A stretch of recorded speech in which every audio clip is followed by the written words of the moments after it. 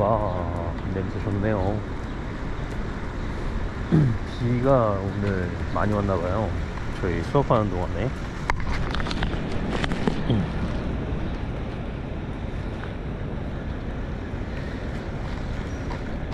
이렇게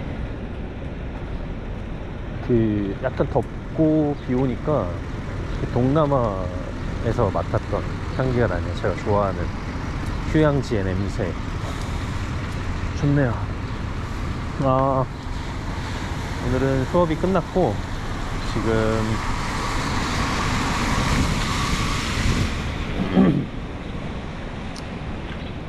5시 조금 넘었습니다.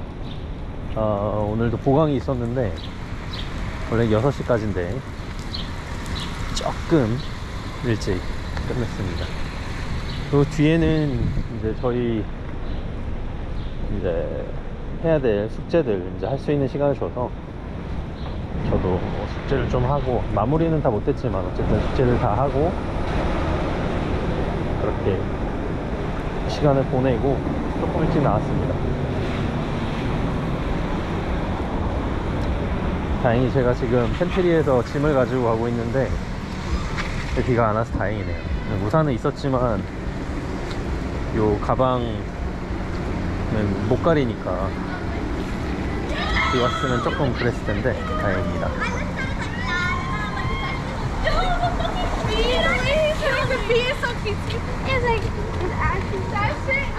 자, 제가 오늘 할 이야기는요, 학교 생활 얘기도 재밌지만 얼마 전에 그런 생각들을 좀 했는데 그걸 같이 공유하면 좋을 것 같아서 오늘은 그 얘기를 한번 해볼까 합니다. 얼마 전에 문득 그런 생각이 들었어요. 이제 저 같은 경우는 진짜 학교 다닐 때 진짜 모범생이었거든요. 물론 이제 공부도 어느 정도 잘했지만 그거보다 그런 거 있잖아요.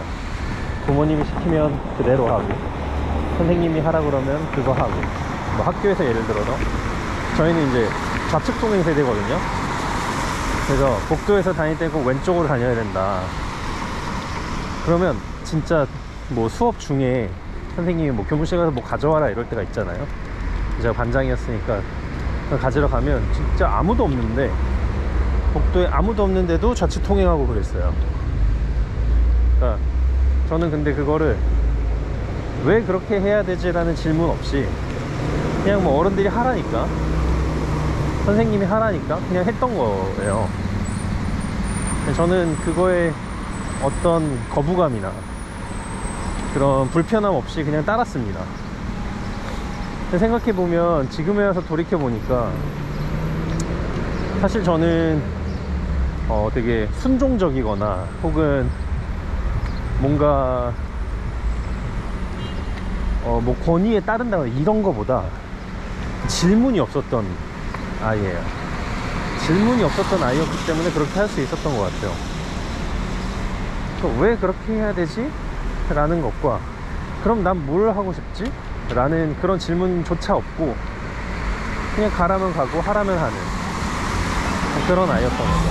반면에 저랑 제일 가까이 있는 저희 아내 얘기를 들어보면, 아내는 저랑 진짜 정반대였어요. 뭐든지 이제 어떤 규칙이나 뭔가가 주어지면 늘 질문을 하는 친구였어요. 그래서 뭐 선생님이 이제 뭘 한다거나 이런, 왜 그걸 내가 해야 되지? 라는 생각을 했고, 나는 이걸 하고 싶은데? 라는 생각을 했다고 해요. 그래서 제가 그저껜가 아내한테 그걸 물어봤어요. 그러면은 학교 수업은 어떻게 들었냐? 왜냐면 9시에 학교 수업이 시작되는데 1교시가 너 성격대로면 이걸 내가 왜 9시부터 이걸 들어야 되지? 라고 생각을 했을 텐데, 그러면 그거에 대한 대답이 있었냐?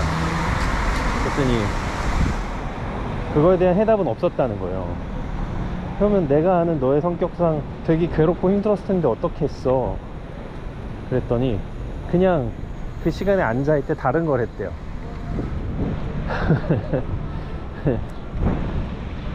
다른 걸 했다는 거예요. 뭐 예를 들어서 편지를 쓴다거나 뭐 펜팔을 쓴다거나 아니면 뭐 머릿속으로 다른 걸 생각한다거나 뭐 그런 걸 막 했다는 거예요. 자기가 이제 재밌을 만한 것들. 어릴 때는, 제가 이제 어릴 때는 그런 것들이 잘 이해가 안 됐어요. 공부 시간에 공부를 해야지, 학생이 왜 다른 걸 하고 있지? 뭐 이렇게 이제 이해가 잘 안 됐거든요. 근데 지금에 와서 생각해보면 그게 되게 나중을 위해서는 되게 좋은 훈련이었다라는 생각이 드는 거예요. Sorry. 뭐냐면 계속해서 자기가 원하는 게 뭔지를 생각해보고 그 한정된 그 시간과 그 제한 안에서 본인이 재밌을 만한 것들을 계속해서 기획했다는 거죠. 그래서 어떤 기획자의 마인드로 보잖아요. 그럼 그거만큼 더 좋은 훈련이 없는 거예요. 매일, 매 시간, 매 교시마다 그거를 최소한 10년 이상 계속 해왔던 거잖아요. 그 숫자를, 그 누적된 숫자는 진짜 따라잡을 수 없는 엄청난 거거든요. 그냥 간단히 계산해 볼까요?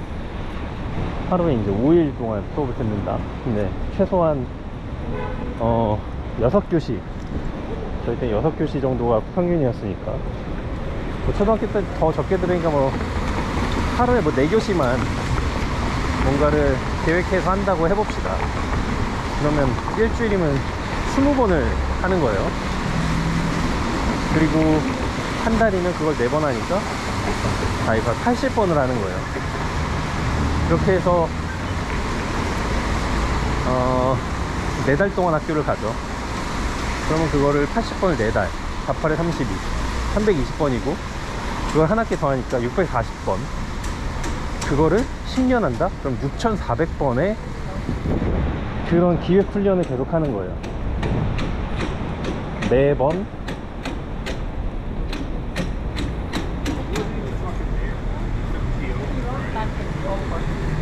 매번 자기가 바뀌는 자기의 관심사와 선생님들마다 다 특성이 다르니까 그 다른 특성 안에서 내가 할 수 있는 것들이 뭔지를 찾아내고 또 어제 했던 것과 연결성, 어제 했던 것과의 차별점, 이런 것들을 다 일일이 계산하고 세분화해서 그 세부적인 사항들을 다 머릿속에 염두에 두고서 어떤 제한사항에 맞춰가지고 그걸 한다? 대단한 기획 그 연습인 거죠. 그리고 그게 연습이자 실전인 거고. 네. 그리고 예전에 어떤 그 방송국가의 사람들 이야기를 다룬 드라마 같은 거 보면 그런 거 해요. 이제 선배 PD가 돈을 줘요. 돈을 주면서 야, 나 그 간식 좀 하게 과자 좀 사와. 그리고 너 먹고 싶은 것도 좀 사고 그 얼마 남겨와. 가가지고 막 이제 사보죠. 이제 돈을 넉넉히 주죠, 당연히.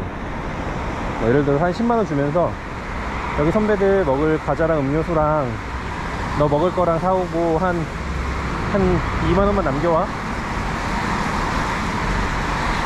그럼 막 신나가지고 막 가서 사오죠. 그러고 나서 이제 봉지를 열어보면 야 왜 천하장사는 없어? 왜 다 이런 과자밖에 안 사왔어? 막 그렇게 얘기를 해요.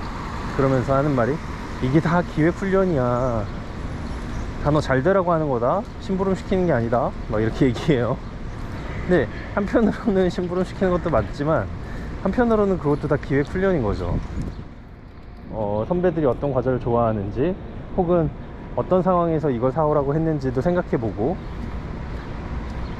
그래서 어떤 과자들을 살 건지, 과자를 사오라고 했지만 본질적으로 진짜 과자를 사가야 되는 건지, 아니면 지금 상황에서는 약간 요깃거리가 되는 간식을 사는 게 맞는지, 아니면 좀 음료수 위주로 사야 되는지, 고급인 걸 살 건지, 양을 맡아야 할 건지 다 그것도 생각해 봐야 되는 거거든요.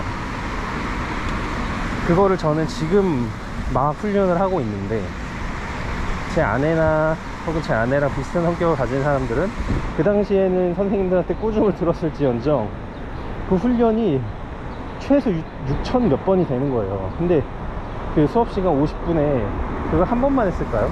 이거 했다가 저거 했다가 할 수 있는 거잖아요. 쉬는 시간도 할 수 있고. 최소한 10,000번 이상은 했을 거라고 생각해요. 그 중에 실패한 것도 있을 테고 성공한 것도 있을 테고 엄청나게 많은 경우의 수를 가지고 있을 텐데, 그게 진짜 도움이 되는 거거든요, 저한테는 지금. 그래서 때로는 제가 어떤 거 기획을 막 하면 아내한테 딱 물어봐요. 이거 어때 보여? 아내가 어떤 아이디어를 딱 주잖아요. 그게 기가 막히게 맞아 떨어질 때가 많아요. 네. 그런 생각을, 그래 맞아, 크게 보면 그게 맞는데 하는 그런 번뜩이는 아이디어들이 툭툭 나오는데, 저는 그게 그냥 그래 아내는 재능이 있으니까 라고 생각했는데, 이제 다시 그걸 생각해 보니까 재능 플러스 노력이 있던 거예요. 엄청난 노력을 학창시절에 한 거예요.